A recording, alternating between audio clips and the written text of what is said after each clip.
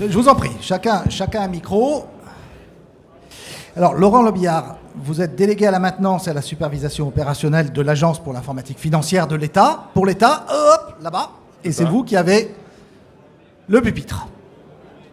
C'est bien cela ? Oui, c'est ça. Donc, allez-y, je vous en prie. Je suis en charge du support et de la maintenance du système d'information Chorus à l'AIFE. Donc, l'AIFE, c'est un service à compétence nationale qui est rattaché au ministère des Finances et qui gère le système d'information Chorus. Chorus, c'est le système financier de l'État, qui gère donc tout le budget et toute la comptabilité de l'État. Et on va aussi parler aujourd'hui plus précisément... Celui qui avait déclenché un véritable cœur de protestation au moment de sa mise en œuvre. Oui, à tort, parce que c'est un des rares projets qui a marché au niveau de l'État. Et Chorus Pro, qui est une plateforme de facturation électronique qui a été mise en place récemment pour permettre donc, à l'ensemble des fournisseurs du secteur public, dont vous faites peut-être partie, de déposer leurs factures pour leurs clients publics. Donc on va parler plus précisément de Chorus Pro dans les minutes qui viennent. Oui, bonjour. Mon nom est François-Marie Le Saffre. Je suis en charge au Digital Office de Soprasteria de développer les compétences en intelligence artificielle pour le groupe, pour nos clients. Donc, j'ai travaillé 25 ans à peu près dans ce domaine-là et puis je suis très heureux aujourd'hui de ce renouveau et de celui qu'on va parler maintenant. Élie ? Donc Élie Bourgeli, je suis senior manager au sein de Soprasteria Consulting. Donc pour ma part, j'interviens depuis 8 ans auprès d'acteurs publics sur des sujets d'excellence opérationnelle, avec un focus plus particulier sur la fonction financière de l'État. Donc en 10 ans, ce secteur a connu d'importantes transformations avec des vagues de rationalisation des organisations, d'harmonisation des pratiques et d'urbanisation des systèmes d'information, notamment portés par l'AIFE. Et donc aujourd'hui, pour aller plus loin, il ne s'agit plus simplement de faire moins cher ou plus rapidement, mais bien de faire mieux et différemment en exploitant tout le potentiel de l'IA, en introduisant dans les processus qui sont sous-tendus davantage d'intelligence, davantage de souplesse et davantage de réactivité. Donc normalement, c'était à cet instant que j'introduisais monsieur Mais je vous en prie, moi j'adore qu'on travaille à ma place. Donc allez-y, vous voyez, je suis là, je vous réveille dans une demi-heure pour vous dire que c'est le temps du café. Donc Laurent, tu t'es présenté, donc je te laisse peut-être représenter plus précisément l'AIFE avec quelques chiffres. Je vais peut-être pas... Oui, allez-y. Donc l'AIFE a été créée en 2005 pour construire la solution Chorus. On est environ 150 personnes dédiées au développement de cette solution.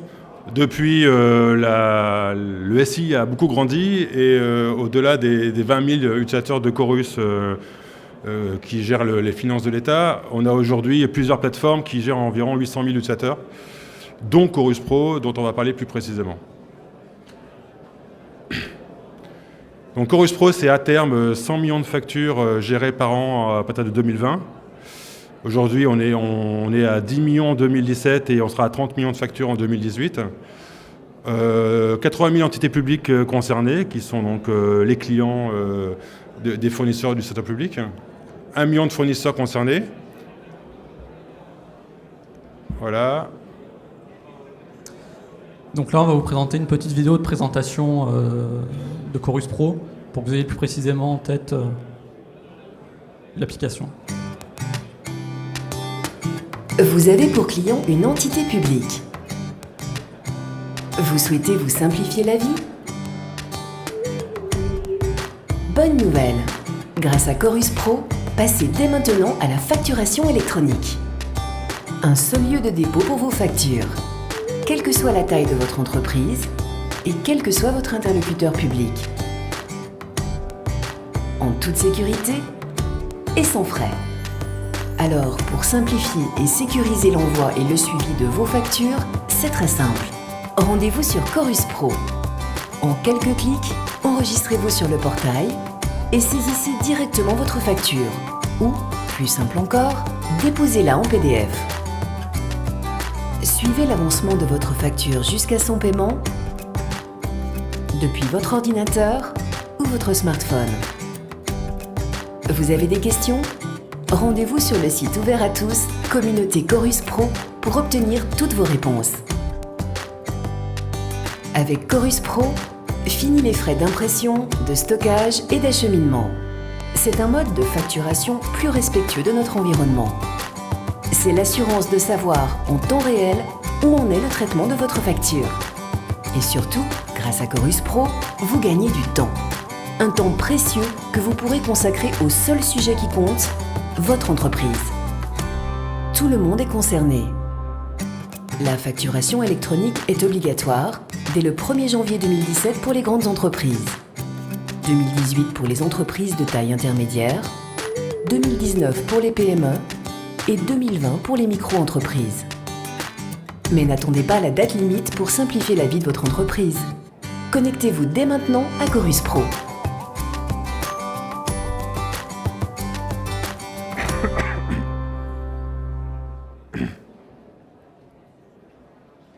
Laurent, vous avez mis en place un assistant virtuel pour Chorus Pro.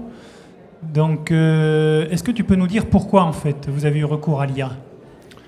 Donc, comme vous l'avez vu, la problématique majeure sur Chorus Pro, c'est la volumétrie des factures et donc proportionnellement la volumétrie des sollicitations qui nous sont faites.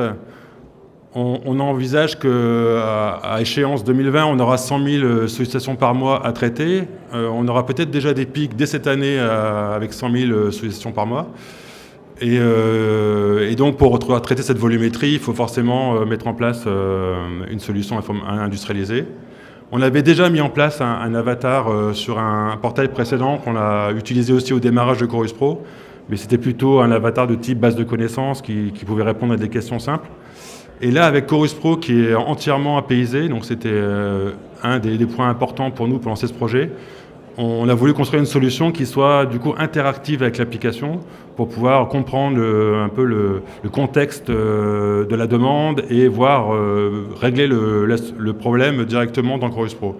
Donc c'est ces deux éléments, la volumétrie et la possibilité d'interagir par API avec Chorus Pro qui nous a fait lancer le projet de développement d'un chatbot qu'on a appelé Claudia, puisque l'avatar précédent s'appelait Claude, donc on l'a transformé en Claude IA. Donc des chiffres importants, une première expérience. Vous attendez quoi en fait de l'application Claudia ? Donc l'objectif, c'était vraiment de mettre en place une solution qui permette de résoudre l'incident qui remontait par l'utilisateur. Déjà de comprendre de quel incident il s'agit. Par exemple, l'utilisateur a un problème pour se connecter, on va pouvoir les vérifier tout de suite sur Chorus Pro si le compte est actif, si il a bien reçu son mail de première connexion, si son compte est bien paramétré. Donc tous les éléments qui nous permettent de mieux cerner la situation et le problème. Et une fois que c'est défini, on peut proposer des solutions directement en activant des API dans Chorus Pro. Donc c'était vraiment l'objectif de résoudre l'incident de l'utilisateur, pas simplement lui apporter une réponse à une question. Donc avoir une meilleure satisfaction des utilisateurs, améliorer la qualité de service avec une réponse qui est assurée, qui est maîtrisée. Et in fine, l'objectif c'est vraiment de réduire le délai de traitement dans sa démarche de dépôt de sa facture et donc de délai de paiement in fine. L'idée finalement est de permettre au processus de s'exécuter de la façon la plus nominale possible. Donc dans le fond, on est un peu face à un problème d'excellence opérationnelle d'un nouveau genre, non ? Oui, c'est exactement ça. Il s'agit vraiment de débloquer au plus vite l'utilisateur pour qu'il puisse aboutir dans son processus. On pourrait s'attendre à voir des entreprises privées précurseurs dans ce domaine, mais le secteur public que tu représentes est clairement au rendez-vous. Comment tu peux l'expliquer ? En fait, on a les mêmes problématiques que le secteur privé. On a aussi des utilisateurs qu'il faut satisfaire. Notre objectif, c'est vraiment d'apporter la meilleure qualité de service possible et de pouvoir répondre le plus rapidement possible. Donc, on a aussi un contexte dans le secteur public qui est plus favorable en ce moment, avec un gouvernement qui a lancé un grand plan Action publique 2022 pour améliorer les relations entre les utilisateurs et les services publics, et aussi un grand plan qui a été lancé par M. Villani sur l'intelligence artificielle, donc qui favorise un peu l'usage de ces technologies. Globalement, ce type de projet représente un risque assez faible parce que les montants en jeu sont pas énormes, tant financiers que humains, alors que le retour sur investissement, lui, est très rapide. Donc c'est assez facile de lancer ce genre de projet. Oui, donc on comprend pourquoi est-ce que vous l'avez lancé, on voit ce que vous voulez faire. Et en fait, ce projet, aujourd'hui, est-ce que tu peux nous dire comment ça se déroule ? Vous avez démarré environ il y a un an, Laurent ? Oui, un peu moins. On a commencé les réflexions à l'été 2017. On a fait un premier POC à l'été pour voir si les interactions entre le chatbot et les API de Chorus Pro fonctionnaient bien, tel qu'on l'imaginait. Ensuite, on a lancé très vite une première version, puisqu'on avait une échéance importante en fin d'année 2017, avec une première vague d'utilisateurs qu'on allait intégrer dans Chorus Pro, et une deuxième vague en janvier 2018 qui correspondait à l'obligation de facturation pour les ETI. Donc beaucoup d'utilisateurs qui allaient arriver, et souvent les problèmes qu'on a au démarrage, c'est les problèmes de connexion, j'arrive pas à créer mon compte, j'ai pas reçu mon mail de connexion avec le mail d'activation, donc ces problèmes-là représentent une grosse volumétrie, et on voulait au moins que la première version du chatbot traite ces problèmes-là. Donc on a commencé à travailler dessus en septembre pour un déploiement à mi-décembre, donc juste avant l'intégration de ces nouveaux utilisateurs. Et ça a été réussi, on est arrivé juste à temps, on a pu traiter une grande partie des demandes sur ces problèmes de connexion. Ensuite, on a continué à étendre le périmètre du chatbot pour pouvoir remplacer à terme dans tout le périmètre de notre ancien avatar Claude. Et donc fin avril 2018, on a déployé un périmètre beaucoup plus large de l'avatar Claudia pour pouvoir gérer toutes les sollicitations de tout type sur tout le périmètre de Chorus Pro.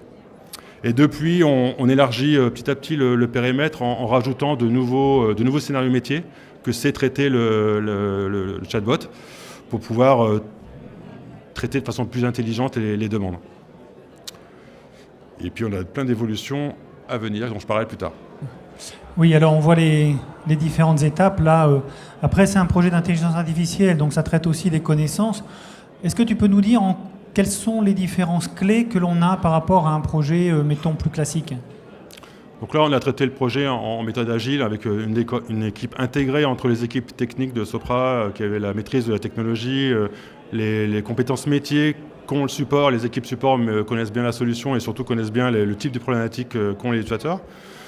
Et puis les équipes applicatives aussi, puisque comme on utilise les API Chorus Pro, il faut aussi les maîtriser. Donc c'est un peu ce mixte avec une équipe intégrée qui a permis d'aboutir rapidement à une solution qui répondait vraiment aux besoins des utilisateurs. Laurent, au-delà de la démarche que vous avez mis en œuvre, quel premier résultat as-tu obtenu ?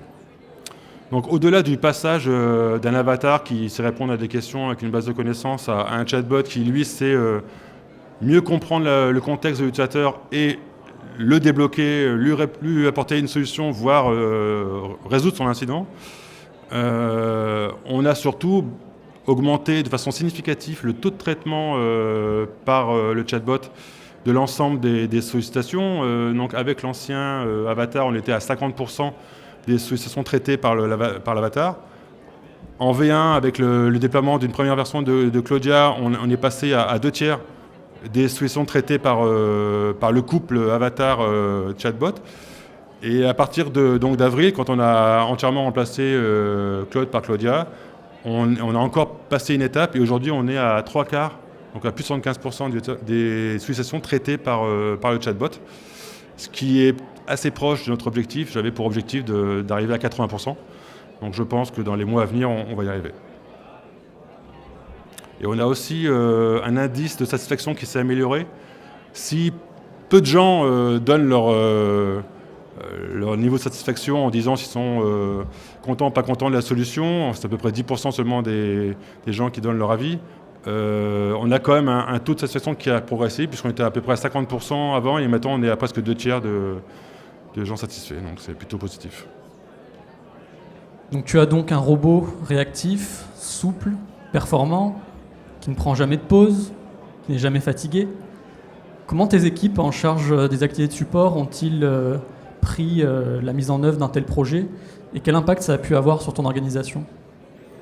Alors pour les équipes support de l'AFE, ça a été un projet très motivant, parce que c'est toujours motivant de travailler sur des projets innovants et ça les change un peu du quotidien. En plus, là, ils avaient vraiment un intérêt direct, parce que c'est la solution, c'est pour eux, c'est pour les soulager en termes de sollicitation, pour traiter le plus gros du volume et n'avoir qu'à traiter les problèmes les plus compliqués. Donc ils ont été très impliqués, très créatifs, ils ont eu beaucoup d'idées sur la définition des scénarios, par exemple métier, c'est eux qui ont tout construit, ils ont aussi plein d'idées pour l'avenir. Ça les a mis un peu aussi en lumière au sein de l'IFE, parce que les équipes support, on n'en parle pas souvent, et là, ce genre de projet les a mis un peu en avant. Ça, c'était aussi assez positif pour eux. Après, ça change aussi un peu leur métier, puisque aujourd'hui, donc le Pix est en prod, et il y a des gens qui sont dédiés à l'analyse du fonctionnement de Clodia. Donc tous les jours, ils analysent toutes les situations de la veille qui n'ont pas pu être traitées par le chatbot, parce que le niveau de confiance de l'intention détectée n'était pas suffisante. Donc dans ce cas-là, le chatbot ne répond pas. Donc il s'agit de voir s'il avait comme une intention qui était bonne, mais qui n'avait pas un bon niveau de confiance. Donc pour la confirmer, pour avoir cette phase d'apprentissage continu pour l'IA. Donc ça, c'est un travail important. Il y a aussi un travail qui est fait aussi d'analyse de toutes les commentaires donc non satisfaits des utilisateurs. Donc c'est d'analyser ces commentaires, de comprendre pourquoi ils ne sont pas contents, et si c'est un problème technique, si c'est un problème de l'IA qui n'a pas su identifier l'intention, si c'est plutôt un problème dans le scénario métier, peut-être qu'il manque un cas qui n'a pas été identifié. Donc il faudra aussi de façon continue enrichir les scénarios, les faire évoluer pour qu'ils traitent mieux les demandes des utilisateurs. Donc c'est tout ce travail qu'il faut mettre en place. Donc je propose de regarder une vidéo de Catherine Torres, qui est la responsable de tes équipes support. Exactement.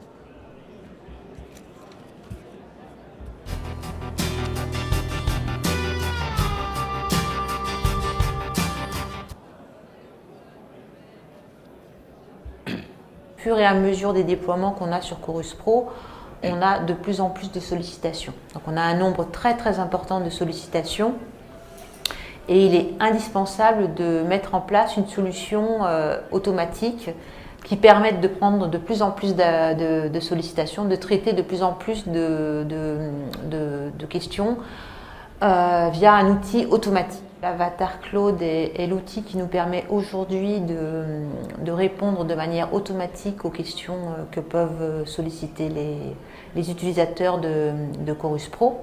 Claude permet de répondre, mais la richesse de Clodia par rapport à Claude, c'est que Clodia a une intelligence artificielle qui est intégrée et qui permet de comprendre le contexte dans lequel se trouve l'utilisateur et d'apporter une réponse beaucoup plus appropriée que ne peut le faire Claude.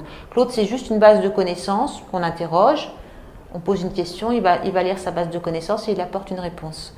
Clodia, c'est à la fois une base de connaissances, mais elle utilise des services API qui permettent en même temps d'aller contextualiser le statut de l'utilisateur qui pose la question, d'aller interroger la base de données et de savoir exactement dans quel statut il se trouve. Et de cette façon, ça apporte une réponse beaucoup plus appropriée que peut apporter Claude.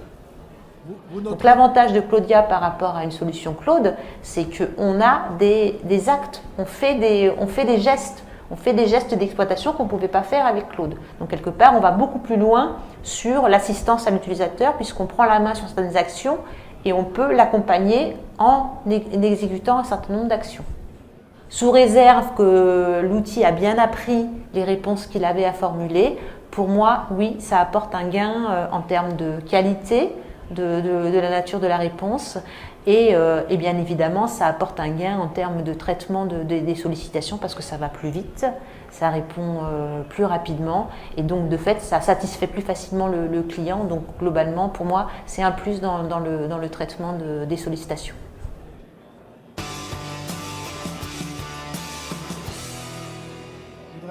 Laurent, on voit que l'application est bien lancée, cette opération est bien menée aujourd'hui.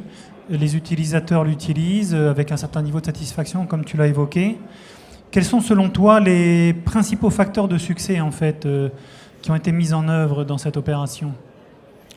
Déjà, on avait un bon mix de compétences entre les compétences technologiques des équipes Sopra, Steria qui nous ont accompagnés sur les technologies d'IA et sur les technologies liées au chatbot.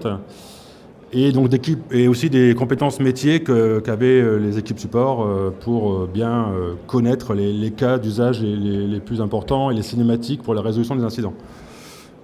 Ensuite, on a eu une approche itérative, donc avec des versions successives qui sont enchaînées pour éviter de mettre trop de temps avant d'aboutir, et puis d'avoir une première expérience qui nous permet aussi de bien comprendre le fonctionnement de Clodia. Et in fine, donc c'est cette équipe multifonctionnelle, multidisciplinaire qui nous a permis d'aboutir sans trop de problématiques. Oui, ce que l'on voit dans ces projets d'IA à grande échelle, c'est qu'il y a de fait 3 facteurs clés de succès qui sont, je pense, assez bien connus. Je les rappelle juste entre nous. C'est qu'il y a la connaissance métier qui est absolument essentielle, la maîtrise de la technologie qui permet de valoriser cette connaissance métier, mais aussi la capacité d'intégration à la fois dans les process et dans les systèmes d'information pour que ça puisse rentrer dans le quotidien de façon la plus transparente possible en définitive. Et fort de cette première étape, quelles sont les perspectives autour de Clodia? Vas-tu en rester là? Non, pas du tout, il y a beaucoup d'idées. Déjà sur le périmètre de Clodia actuel sur Chorus Pro, on envisage de nouveaux scénarios qu'on va intégrer dans la solution. Par exemple, aujourd'hui, les fournisseurs se posent beaucoup de questions quand ils reçoivent des paiements sur le compte en banque parce que les libellés sont un peu abscons et ils ne savent pas toujours à quoi ça correspond. Donc on pourrait imaginer que Clodia demain sache répondre à ce genre de questions pour expliquer aux fournisseurs à quoi correspond le paiement qu'ils ont reçu. Ensuite, on envisage de nouvelles fonctionnalités puisque, par exemple, quand Clodia répond en disant voilà le processus à suivre pour pouvoir déposer une facture dans telles conditions. Bon, là, il n'y a pas vraiment d'aide très précise. Donc, on voudrait avoir une solution qui permette de montrer un peu pas à pas à l'utilisateur comment dérouler le processus en mettant en lumière les zones dans l'écran qu'il faut cliquer ou les zones qu'il faut remplir. Donc, avoir une approche un peu plus interactive avec l'utilisateur pour lui montrer comment faire. On voudrait aussi que Clodia sache, par exemple, nous remonter des alertes, puisque s'il y a beaucoup de sollicitations qui sont remontées sur un sujet particulier, c'est peut-être qu'il y a un incident général qui est possible au niveau de la solution Chorus Pro. Il faudrait donc que Clodia remonte l'alerte au service support pour voir si effectivement il y a un incident général ou pas. Dans ce cas-là, on pourra émettre une communication sur le portail pour signaler l'incident. Et puis après, une fois que l'incident est résolu, envoyer l'information à l'ensemble des utilisateurs qui ont remonté le sujet pour les avertir que le problème est réglé et qu'ils peuvent continuer à travailler sur Chorus Pro. Donc ça, c'est quelques idées qu'on envisage. On voudrait aussi que Clodia devienne vraiment la base de connaissances de référence du support et que donc ce soit une base unique pour l'ensemble du support. On envisage aussi d'utiliser le chatbot Clodia sur d'autres applications, par exemple sur Chorus, donc le SI financier de l'État, pour aussi répondre à d'autres besoins. Donc on a beaucoup d'idées sur les perspectives autour de Clodia. Clodia, assistant virtuel, maintenant l'IA, c'est plus large. C'est pas simplement que les assistants virtuels. Vous avez aussi des projets dans ce domaine un peu plus vaste? Oui, donc sur l'IA, au-delà du chatbot, on a aussi des projets de modélisation à base d'IA qui, par exemple, nous permettraient d'identifier les factures dans Chorus, donc au niveau du SI financier, qui sont les plus à risque et qu'il faudrait contrôler. Aujourd'hui, sur les comptables qui font ces contrôles, sur la base de règles métiers, et quand on analyse un peu les contrôles qui sont faits, on se rend compte qu'il y a peu de factures finalement qui sont en erreur parmi celles qui sont contrôlées.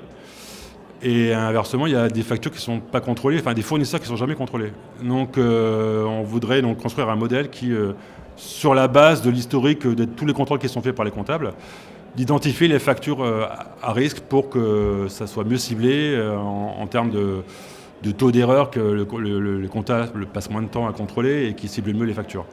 Ça permettrait aussi de travailler plus sur la cause des problèmes en voyant si c'est les services en amont qui n'ont pas bien saisi les factures ou si c'est les fournisseurs qui eux-mêmes n'ont pas fourni les bonnes informations. Donc travailler plus sur la cause des incidents que sur les contrôles a posteriori.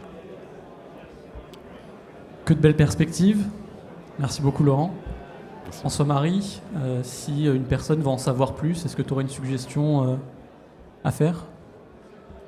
Alors on a parlé de Clodia, Clodia ça se voit aussi, donc on serait ravis si vous souhaitez en voir une démonstration ou continuer la discussion, de vous accueillir sur notre stand, c'est le stand A4, voilà, donc on pourra vous montrer ça. Merci beaucoup Laurent. Il nous reste 5 minutes, Mister Animateur. Peut-être qu'on peut avoir quelques questions. Si on veut bien ouvrir mon micro, il vous en reste 2 précisément, puisqu'il est 15h28 et ça se termine à 15h30. Est-ce que vous, mesdames et messieurs, avez des questions sur ce scénario si bien mis au point?